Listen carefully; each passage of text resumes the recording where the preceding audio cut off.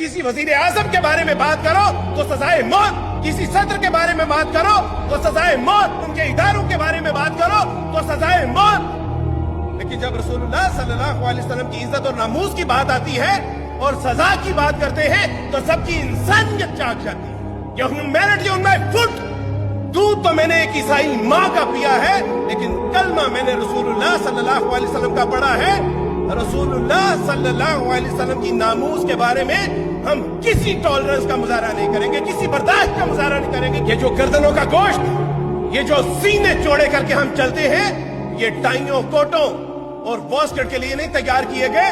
जब वक्त आएगा तो अल्लाह के रसूल सल्लल्लाहु अलैहि वसल्लम की नामूस और इज्जत के लिए यहाँ से खून की धारियां भी बहानी पड़ी तो अल्लाह की कसम हम इससे गुरेज नहीं करेंगे।